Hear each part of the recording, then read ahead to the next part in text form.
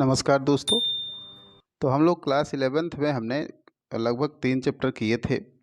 त्रिकोणमिति फलन के भी कुछ क्वेश्चन किए थे। आज हम लोग कुछ एक्सरसाइज नंबर 4 जो है, अध्याय नंबर 4 जो है, वो सम्मिश्र संख्या है और द्विघात समीकरण। तो इसके ऑब्जेक्टिव करेंगे। तो थोड़ा सा चूँकि सिंपल क्वेश्चन है और तो थोड़ा स्पीड से करना है हमको चीज़ों को। तो जैसे क्वेश्चन नंबर फर्स्ट पर बात करेंगे, तो देखिए लिखा हुआ है कि सम्मिश्र संख्या i का मान क्या होता है। तो हम जानते हैं कि i की जो वैल्यू होती है √-1 है, तो इसमें ज़्यादा टाइम देने की आवश्यकता नहीं है। तो जहाँ पर √-1 लिखा हो वही सही है, तो सेकंड नंबर का आंसर इसमें सही हो जाएगा। बात करते हैं क्वेश्चन नंबर सेकंड पर। तो क्वेश्चन नंबर सेकंड पर अगर बात करेंगे, देखिए अभी सिंपल है, i⁴ लिखा है, हम जानते हैं इसकी वैल्यू 1 होती है, तो इसमें ज़्यादा टाइम देने की आवश्यकता है नहीं। बात करते हैं क्वेश्चन नंबर थर्ड पर। थर्ड पर लिखा हुआ है, देखिए कि जब x की वैल्यू 1 + i हो, तो ये कह रहा है कि x² क्या होगा। ठीक है, स्क्वायर कर देते हैं दोनों तरफ। तो 1 + i का होल स्क्वायर है, स्क्वायर करेंगे तो कितना होगा, देखिए 1² + i² + 2i। सॉल्व करेंगे तो 1 और ये -1 हो जाएगा, +2i हो जाएगा, तो ये हो गया 2i। तो वैल्यू हो गई है x² की। तो x² की वैल्यू 2i हो गई। तो ये हो गया अपना आंसर। आंसर नंबर कौन सा है, सेकंड। तो ये अभी सिंपल है ना, तो थोड़ा स्पीड से कर रहे हैं हम। ये हो गया, ठीक है, तो इनको नोट करना है। बात करेंगे क्वेश्चन नंबर 4 पर। तो ऐसे बहुत सारे क्वेश्चन हैं जिनमें पावर लिखी हुई है ज़्यादा। तो पावर अगर 4 तक है तब तो हमको आई या आयोटा की वैल्यू मालूम होती है। अगर 4 के ऊपर है तो फिर हम डिवाइड करते हैं और 4 से डिवाइड करते हैं और 4 लाने का प्रयास करते हैं, ये सबको मालूम है। जैसे हम क्वेश्चन नंबर 4 की बात कर रहे हैं, तो इसमें लिखा हुआ है, देखिए i⁻39 39 है, 4 से डिवाइड करेंगे अगर तो i⁻- कितना होगा, 4 × 9 36 हो जाएगा, +3 होगा, ये माने +3 क्या -3 ही होगा, क्योंकि माइनस का 39 है ना। तो i⁴ और इसकी पावर है -9, ये हम अलग कर ले रहे हैं, इंटू i⁻³ अलग कर ले रहे हैं। तो ये हम जानते हैं कि 1 की पावर में -9 हो जाएगा और i⁻³ है, तो 1/i⁻³ हो जाएगा। ये तो 1 हो गया, ख़त्म। ये 1/i की वैल्यू क्या होती है, i³ की -i। ना मालूम हो तो अलग से नोट करते रहना है। i³ की वैल्यू -i होती है। हम जानते हैं कि नीचे i रखना ठीक नहीं है, तो परमेयीकरण करना पड़ेगा।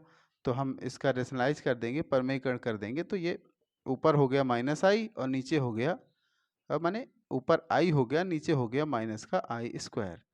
तो हम जानते हैं i² की वैल्यू क्या होती है, -1। तो आंसर कुल मिला के इसका कितना हो जाएगा, आई हो जाएगा। तो फोर्थ में जो सिंपल है, बहुत टफ नहीं है, क्या करते हैं 4 से डिवाइड करते हैं, जितना गुणांक बनता है। 36 बन रहा था, 9 चौको 36, तो हमने 9 और 4 को अलग कर लिया।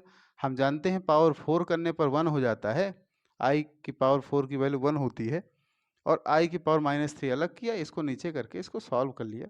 तो दोबारा समझाने की ज़रूरत नहीं है। जिसको दोबारा समझना है तो वीडियो को बैक करके देख लेंगे ना, तो ठीक रहेगा। ठीक है, इतना नोट करिए।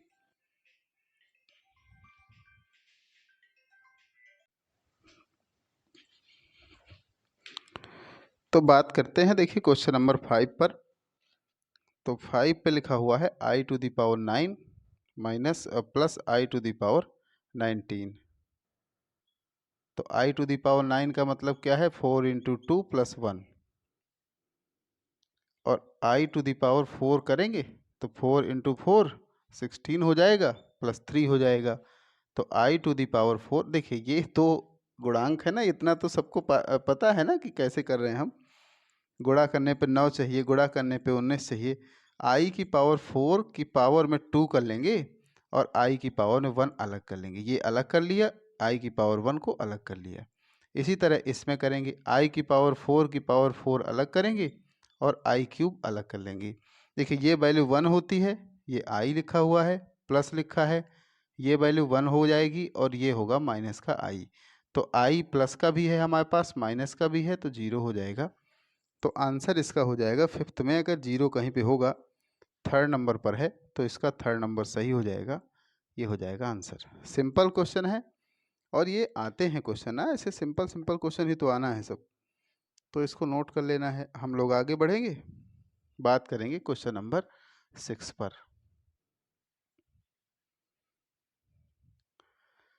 तो 6 की अगर बात करें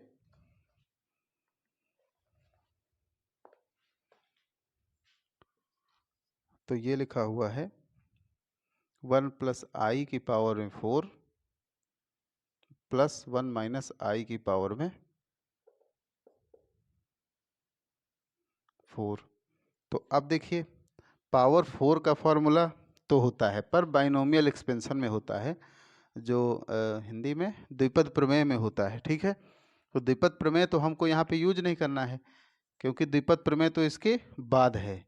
तो जो चैप्टर बाद में है उसका पहले प्रयोग नहीं कर सकते हैं, ये नियम होता है मैथ का। फिलहाल अभी इसमें देखेंगे ना, 1 माइनस आई स्क्वायर करके और स्क्वायर करके 2 बार अलग अलग 2 बार स्क्वायर कर देंगे तो चल जाएगा काम हमारा। एक तरीका, और भी तरीके हैं, फिलहाल ये सिंपल है। देखिए 1 प्लस आई स्क्वायर और प्लस 2 आई हो जाएगा होल स्क्वायर। इसी तरह इसमें करेंगे तो 1 प्लस आई स्क्वायर माइनस 2 आई हो जाएगा और इसका होल स्क्वायर। तो ये हो गया। इसके बाद 1 माइनस 1 प्लस 2 आई का whole square plus 1 minus 1 minus 2 i का होल स्क्वायर। तो 1 से 1 कैंसिल हो गया, तो ये हो गया 4 आई स्क्वायर प्लस 1 1 हो गया 0, तो माइनस 2 आई का स्क्वायर। तो 4 आई स्क्वायर प्लस 4 आई स्क्वायर, तो कुल मिला करके -4 तो ये क्योंकि -1 हो जाएगा ना, तो माइनस का 8 होना चाहिए आंसर। तो बिल्कुल फोर्थ नंबर सही है। और क्वेश्चन भी सिंपल है, टफ नहीं है। एक बार स्क्वायर करके हमने सॉल्व किया, दोबारा स्क्वायर किया तो आंसर हो गया माइनस का 8। तो इसको नोट कर लेना है। तो अब आगे के क्वेश्चन और सिंपल हैं, फिलहाल तो सिंपल थे ही। क्वेश्चन नंबर अगर हम आगे बात करेंगे 7 पर, तो ये जितने अभी तक मिले हैं ना उससे तो सिंपल ही है। देखिए 7 पर बात करते हैं।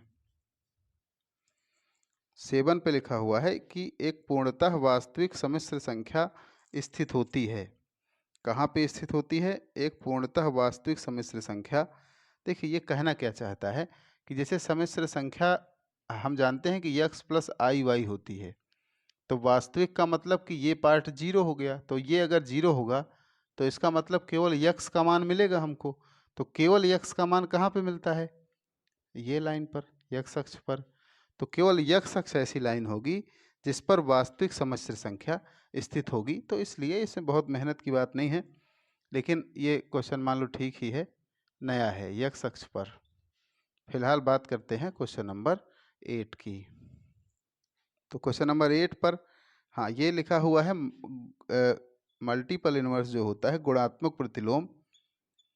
तो ये z है, तो किसी भी संख्या z का गुणात्मक प्रतिलोम जो होता है, तो गुणात्मक प्रतिलोम क्या होता है? एक तो नाम से स्पष्ट है कि गुणात्मक, और ऊपर से प्रतिलोम। तो प्रतिलोम का मतलब होता है कि 1/z, है ना। प्रतिलोम का मतलब गुणात्मक है ना, तो गुणा करने पर 1 आ जाए। प्रतिलोम का मतलब चाहे गुणात्मक हो चाहे योगात्मक हो, गुणा करने पर, फिलहाल हमको गुणात्मक में गुणा करने पे 1 चाहिए, तो z में 1/z का गुणा करेंगे तो 1। योगात्मक का मतलब होता है कि z में क्या जोड़ दें तो 0 हो जाए, तो -z। ठीक है, फिलहाल ये याद रखिए कि z का गुणात्मक प्रतिलोम 1/z होता है। तो ये जो z है इसके लिए 1/z हम निकाल लेते हैं, ये गुणात्मक प्रतिलोम है। तो 4 - 3i, अब होना तो ये चाहिए आंसर में, पर i को नीचे नहीं लिखना है, ये नियम है। आयोटा को हमेशा ऊपर लिखना है भाई, वो नीचे रहना पसंद नहीं करेगा, वो अभी ऊपर आना पसंद करेगा।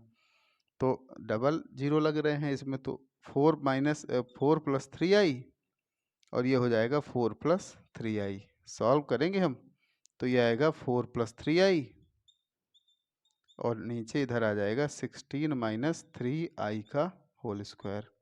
तो ये हो गया 4 + 3i अपॉन 16 और -9i²। सॉल्व करेंगे 4 + 3i अपॉन 16 + 9, तो 4 + 3i अपॉन 25। हो गया यही आंसर। अलग अलग लिखा होगा तो 4/25 और 3/25i। देखिए हम इसमें ज़्यादा समय इसलिए नहीं दे रहे हैं, तेज़ी से कर रहे हैं, क्योंकि हमें नहीं लगता कि इसमें कोई मेहनत की बात है। अब 1/i है, अगर हम इसका परमेयीकरण करके सॉल्व नहीं कर सकते तो फिर सम्मिश्र संख्या पढ़ने का हमको कोई अधिकार नहीं है कि नहीं? अगर परमेयीकरण नहीं आ रहा है तो फिर हमने पढ़ा क्या है? दिक्कत है ना फिर तो। फिलहाल हम लोग 1-2 क्वेश्चन और करते हैं, और आज का वीडियो थोड़ा छोटा रखना है, ज़्यादा बड़ा नहीं करना है हमको, ये समझना है बात। तो जैसे हम बात कर रहे हैं क्वेश्चन नंबर 9 पर, तो -i लिखा हुआ है, तो -i का गुणात्मक प्रतिलोम का मान क्या है? तो -i का गुणात्मक प्रतिलोम अगर देखेंगे तो ये हो जाएगा -1/i, ठीक है? क्योंकि z का 1/z होता है, तो इसको उल्टा करना है तो ये हो जाएगा गुणात्मक प्रतिलोम। आंसर तो ये होना चाहिए, पर अब अभी हमने अभी क्या कहा था कि i को नीचे नहीं रखना है तो ऊपर रखना है, तो -i का स्क्वायर हो जाएगा। माने ये गुणात्मक प्रतिलोम है लिखा है जो हम लिख रहे हैं, गुणोत्तर श्रेणी नहीं है। फिर से गुणोत्तर श्रेणी हो रहा है, गुणात्मक प्रतिलोम, मल्टीपल इनवर्स। तो -i का 1/, जो भी संख्या है गुणात्मक निकालना है 1/, कर देना है। अब आंसर i नीचे नहीं हो सकता, इसलिए परमेयीकरण करने की आवश्यकता है। फिलहाल हमने i और i का गुणा किया तो ये हो गया i/i² की वैल्यू -1। माइनस तो पहले से लगा है तो -1 और हो गया, तो ये माइनस माइनस प्लस, तो आंसर कितना? i। तो देखें कोई आंसर है i? और बिल्कुल है, 9 का फर्स्ट, तो फर्स्ट नंबर सही है। बात करते हैं क्वेश्चन नंबर 10 पर। तो 10 पे बात करेंगे तो ये लिखा हुआ है, देखिए x प्लस IY की जो वैल्यू है, यही क्वेश्चन थोड़ा सा अलग है। अगर हम कहें तो 1 + 2i होगा शायद, बिल्कुल 2i, और डैश डैश लास्ट में लिखा है 1 + ni शायद, बिल्कुल। तो जो वैल्यू निकालनी है, जो हमें सॉल्व करना है, वो कैसे आएगा थोड़ा देखना है। ये क्वेश्चन थोड़ा अलग है, x + IY है। तो फिलहाल हम दोनों तरफ, पूरे दोनों पक्षों में LHL RHL में i की जगह -i लेते हैं, इसका संयुग्मी लिखते हैं। ये जो i की जगह -i लेकर लिखा जाता है, तो इसको कहते हैं कि संयुग्मी लिखा हुआ है, जो सम्मिश्र संख्या है। तो इसका संयुग्मी भी वही हो जाएगा, इसका संयुग्मी भी i की जगह -i हो जाएगा। तो इस प्रकार से हम इसको लिख सकते हैं। इक्वेशन नंबर अगर फर्स्ट है, इक्वेशन नंबर सेकेंड है, तो फर्स्ट इंटू सेकेंड करेंगे हम, तो x + IY हो जाएगा और इंटू x - IY हो जाएगा।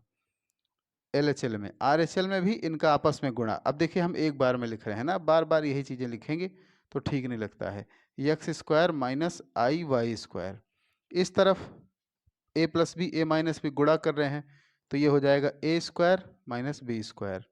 इसमें क्या हो जाएगा 1² - 2i का होल स्क्वायर, ये हो गया। फिर डैश डैश हमने किया और लास्ट में हो गया 1 - ni का होल स्क्वायर। तो और सॉल्व करेंगे इसको, तो ये हो गया 1i² -1 होता है तो 1 + 1 हो गया। ये 4 और i² -1 होता है तो 1 + 4 हो गया, है ना, प्लस हो जाएगा क्योंकि i² आ रहा है बार बार। अब यहाँ पर और आगे अगर हम करते हैं तो 1 + n² हो जाएगा। तो देखिए ये 2 5 1 + n², और इसकी जो वैल्यू कितनी आ गई, x² + y²। तो क्वेश्चन में क्या कह रहा था कि इसकी वैल्यू कितनी होगी, तो इसकी वैल्यू कितनी होगी, x² + y²। तो ये इसका आंसर हो जाएगा, आंसर नंबर थर्ड। तो 10 का थर्ड नंबर सही है, नोट कर लेना है। अब हम बात करते हैं आगे, एक क्वेश्चन और कर लेते हैं। तो आज क्वेश्चन टफ नहीं है, सम्मिश्र संख्या सिंपल होता है। आज का वीडियो भी हमको छोटा रखना है, थोड़ा सा बड़ा नहीं करना है, क्योंकि अगला वीडियो थोड़ा बड़ा होगा। तो अब हम एक क्वेश्चन जो अंतिम लिखा हुआ है 11 नंबर पर, और इधर शायद एक ही क्वेश्चन है 12, तो इस पर हम लोग बाद में बात करेंगे। फिलहाल अभी भी कर सकते हैं। 11 नंबर पे देखिए लिखा है 1 + i√3 का मापांक क्या होगा। तो मापांक का मतलब मॉडुलस लगा लेना है, और हम जानते हैं कि रूट वास्तविक भाग का स्क्वायर प्लस अधिकल्पित भाग का स्क्वायर। तो ध्यान रखना है, कभी पूछा जाए कि इसका वास्तविक भाग कितना है तो 1 है, और अधिकल्पित भाग कितना है, कई लोग जैसे पूछा गया अधिकल्पित भाग कितना है तो लोग क्या लिखते हैं, अधिकल्पित भाग होता है i√3। तो ये गलत बात है, ये अधिकल्पित भाग नहीं है। अधिकल्पित भाग है केवल √3। i तो उसके साथ होता है, i नहीं होगा तो फिर अधिकल्पित ही कहाँ से होगा।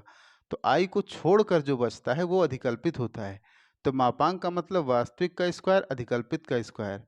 तो 1 + 3√4 आंसर हो गया 2। तो 2 किस में है, सेकेंड नंबर में। अब इसमें लास्ट जो 12 नंबर पर है, तो फिलहाल हम इस पर अगर बात करें तो एक क्वेश्चन और है ना, तो इसको पूरा करके ख़त्म करते हैं। इसको लिखा हुआ है x + iy की वैल्यू है 2 + 3i। तो इसमें यक्स वाई पूछा है कितना होगा। तो देखिए ये इसमें ज़्यादा कुछ सोचना नहीं है, यक्स की वैल्यू 2 है और वाई की वैल्यू 3 है, तो यक्स वाई की वैल्यू 3 हो जाएगी। तो एक आंसर ये भी हो जाएगा, लास्ट है। और इसमें ये फर्स्ट नंबर में लिखा हुआ है 2 3 है, तो सेकेंड नंबर पे लिखा हुआ है, सॉरी, तो ये सेकेंड पे हो गया। तो फिलहाल हमने ऑब्जेक्टिव किए हैं जो बहुविकल्पी वाले हैं। इसके बाद रिक्त स्थान और जो शेष चीज़ें हैं अगले वीडियो में करेंगे। तो आज आज का वीडियो थोड़ा छोटा रखना था हमको, ठीक है। तो अब अगले वीडियो तक के लिए धन्यवाद।